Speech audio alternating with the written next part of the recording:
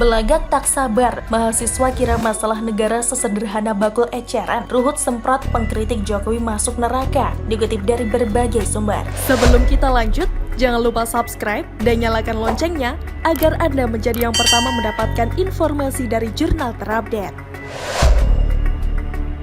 Banyak di antara kita barangkali merasa sesak nafas ketika membaca curahan hati mahasiswa yang diwakili ketua BEM-nya di sini. Seperti disitat dari siwat.com, bukannya semata-mata mencermati tuntutannya, kita merasa miris karena seakan-akan mereka lebih tahu ketimbang para pengambil keputusannya sendiri. Sejauh ini yang kita paham pada diri mereka yang belum pernah terjun ke dunia praktis yang lebih rumit ketimbang teori yang mereka pelajari. Bagaimana mungkin meminta seluruh masalah bangsa ini bisa disolusikan hanya dalam waktu 3x24 jam? Lebih dari itu, di tengah pengakuan dunia yang ditambah survei tingkat kepuasan masyarakat, pemerintah pimpinan Jokowi seharusnya dilihat dalam perspektif yang lebih luas ketimbang kacamata yang dipakai para mahasiswa. Persoalan janji-janji yang dianggap oleh mahasiswa tidak terpenuhi setelah 2 periode pemerintahannya, jawaban yang bisa kita kemukakan adalah karena dinamika di tengah pergaulan dunia. Kondisi alam dan seabrek permasalahan bangsa ini menuntut konsentrasi penuh kita semua. Bisa saja target yang ditetapkan di awal pemerintahan dipaksakan hanya demi memenuhi janjinya.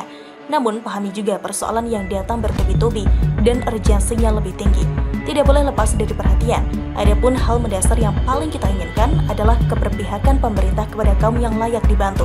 Sudah dipenuhi oleh pemerintah.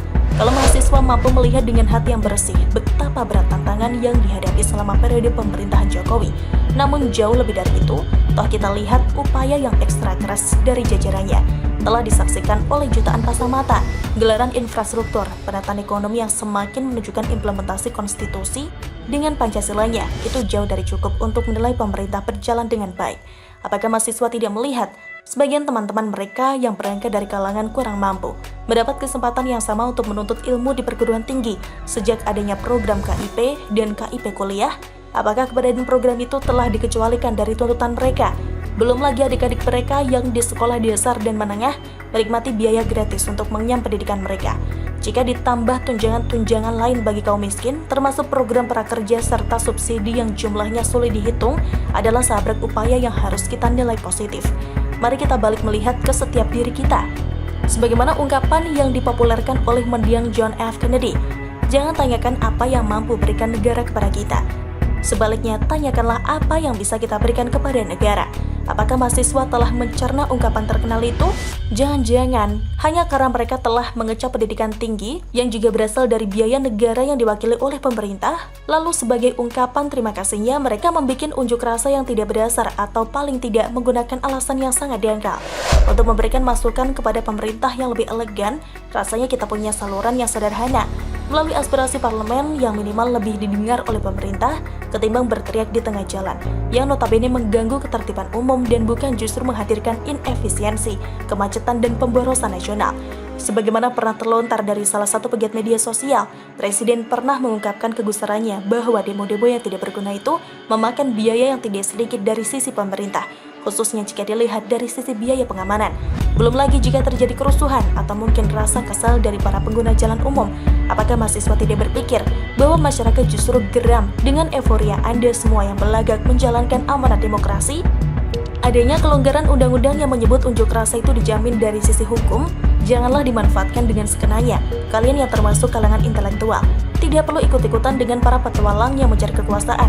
Jika pemerintah sudah terlihat berupaya keras menjalankan kewajibannya, kita cukup mengkritisinya dari sisi teknis. Karena kebijakan yang baik belum tentu dijalankan dengan baik pula. Maka barangkali di sanalah mahasiswa mengambil peran, dan bukan diarahkan langsung pada presiden. Jika mereka salah dalam membidik sasaran kritik, maka jangan salahkan publik kalau mereka balik menilai mahasiswa melakukan blunder. Saran kita kepada mahasiswa, lebih cerdaslah dalam memberikan masukan. Rasanya mereka layak berdemo ketika pemerintah menyengsarakan rakyat. Sebagaimana pernah selama 32 tahun kita dihimpit sedemikian rupa, sehingga untuk membuka suara saja kita tidak berhak. Sementara itu, dilansir dari wartaekonomi.co.id, politikus PDI Perjuangan Ruhut Sitompul mengutuk keras kelompok yang kerap mengkritik kinerja Presiden Joko Widodo. Dia menyebut mereka yang kerjanya hanya mencari-cari kesalahan kepala negara atau membenci Jokowi tanpa alasan yang jelas layak masuk neraka jahanam.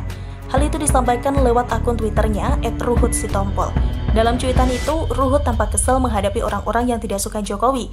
Kalau ada yang masih berani nyinyir, ngebacot dengan kerja Pak Joko Widodo, Presiden RI ke-7 bersama jajaran dan pendukung setianya, sampai ke tingkat akar rumput, tempat yang paling layak untuk mereka adalah neraka jahanam. Kata Ruhut dikutip dari populis.id Selasa 26 Oktober 2021. Sebelumnya, Ruhut Sitompul menyoroti rencana sekelompok mahasiswa untuk mendemo Presiden Jokowi. Dia menyindir mahasiswa untuk fokus kuliah ketimbang sibuk turun ke jalan. Siapa kalian? Ngaca dong, kuliah aja masih jauh selesainya. Kok ikut nyinyir, ngebacot? Sudah sono kuliah yang baik. Kasihanilah nyokap bokap kalian, ungkapnya. Presiden Joko Widodo belakangan ini panen kritik keras dari berbagai elemen masyarakat. Kritik itu dilontarkan untuk menyikapi 2 tahun masa kepemimpinan di periode kedua ini. Presiden Jokowi bahkan diberikan rapor merah oleh Lembaga Bantuan Hukum atau LBH Jakarta untuk kinerjanya selama 2 tahun belakangan ini. Cadas, pura-pura buka kedai kopi, kelakuan ex-pegawai KPK dibongkar oleh netizen, ditulis oleh Ferry Padli dari suar.com. Sebelum kita lanjut, jangan lupa subscribe dan nyalakan loncengnya agar Anda menjadi yang pertama mendapatkan informasi dari jurnal terupdate. Semakin hari tabiat para pegawai KPK yang tidak lolos TWK, sehingga dipecat dari lembaga anti rasuah itu semakin kelihatan bahwa mereka sebenarnya bukanlah pahlawan anti korupsi seperti yang para SJW pikirkan. Kita ambil contoh sepupu Anies yang juga mantan penembak kaki pencuri sarang burung walet di Bengkulu, Novel Baswedan. Awalnya ia menolak revisi Undang-Undang KPK yang salah satu isinya tentang pengalihan status pegawai KPK menjadi ASN. Tapi ketika dinonaktifkan dari lembaga anti korupsi itu, ia malah berjuang untuk bisa menjadi ASN. Artinya apa? Si Novel ini tidak selaras antara sikap dan perkataannya. Seharusnya kalau sudah tidak cocok dengan tempat kerja yang lama ya resign atau mengundurkan diri saja. Sesimpel itu Ferguson. Begitupun dengan yang dilakukan oleh mantan pegawai KPK yang lain, Hotman Tambunan. Ia mengaku pasca dinonaktifkan dari pegawai KPK membuka kedai kopi di Blok M Square, Jakarta Selatan. Kedai kopi itu bernama TB Cafe. Hotman yang notabene berasal dari Kabupaten Toba Samosir Sumut itu menceritakan kenapa kedai kopinya diberi nama Tabe Cafe. Tabe itu mempunyai makna berarti salam. Jadi kalau di masyarakat Batak itu ya, orang kalau sudah salaman berarti semua masalah sudah selesai, harusnya.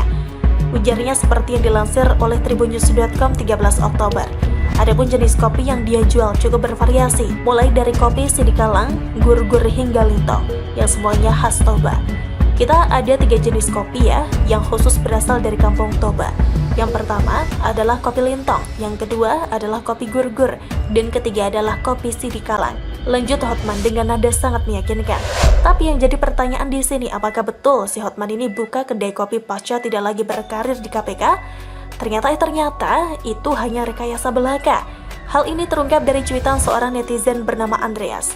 Pemilik akun @andreas92998330 itu mengatakan bahwa pemilik asli kedai kopi yang diklaim milik Hotman tersebut adalah Bapak Barimbing. Ternyata salah satu pecatan pegawai KPK gak lulus TWK Hotman Tambunan rekayasa buka warung kopi di basement Blok M Square. Pemilik asli Bapak Barimbing, pemilik setuju agar warkopnya jadi ramai pengunjung. Cuit Andreas 25 Oktober. Mak jelap, ketahuan ada simbiosis mutualisme di sana. Hotman dapat iba, belas kasihan dan dukungan dari para SJW, sedangkan Barimbing dapat pelanggan baru. Lantas apa tanggapan netizen lain akan hal ini? Wes, zaman keterbukaan informasi kayak gini masih bikin drama. Dasar pecatan. Ujar pemilik akun Twitter @gapensil. Hahaha. Ternyata sepandai-pandainya Hotman melakukan playing victim, ia tidak pandai membaca situasi. Bahwa saat ini dunia sudah berubah dengan informasi semakin terbuka lebar. Jadi kalau bohong peluangnya untuk ketahuan lebih besar. Tidak berhenti sampai di situ, Andreas juga menambahkan cuitannya. Saya buktikan si Hotman Tambunan di Blok M Square Basman seolah-olah buka warkopi di Tabe Cafe milik orang lain atas nama Barimbing. Itu warkop langganan lu ngopi. Saya buktikan kemarin sore. Ternyata ia hanya konsumen di warkop itu. Karena antara konsumen dan pemilik usaha tentu sangat jelas bedanya. Dan karena begitu jelas perbedaannya sampai-sampai anak SD juga bisa membedakan. Luar biasa ya, sekelas ex-pegawai KPK sampai melakukan hal itu yang sebenarnya memalukan diri sendiri, bangsa dan negara. Ini barat cowok ngenas yang diputusin sama pacar karena kelakuannya yang tidak mencerminkan lelaki sejati, lalu pura-pura sakit demi mendapatkan perhatian dari mantan pacar. Tapi apesnya, ada yang melaporkan kalau dia itu sebenarnya hanya pura-pura sakit.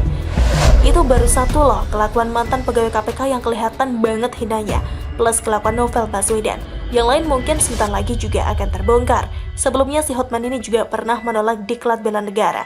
Padahal kita tahu sendiri manfaat dari bela negara tersebut ada banyak banget, seperti menanamkan rasa cinta pada tanah air dan menumbuhkan kesadaran berbangsa dan bernegara. Lantas, apa tujuan sebenarnya si Hotman bermain drama ala Korea tersebut? Yang pastinya untuk menunjukkan kepada masyarakat bahwa ia telah dizalimi oleh pimpinan KPK, yang ujungnya munculkan rasa iba di hati masyarakat untuk menuntut dirinya beserta kawan-kawan ditetapkan sebagai pegawai KPK lagi. Dan dengan melihat kondisi seperti ini, memang sudah tepat Firly CS memecatnya. Bagaimana menurut Anda? Silahkan tulis komen Anda di kolom komentar. Jangan lupa untuk like, subscribe, dan share. Arkana pamit, sampai jumpa.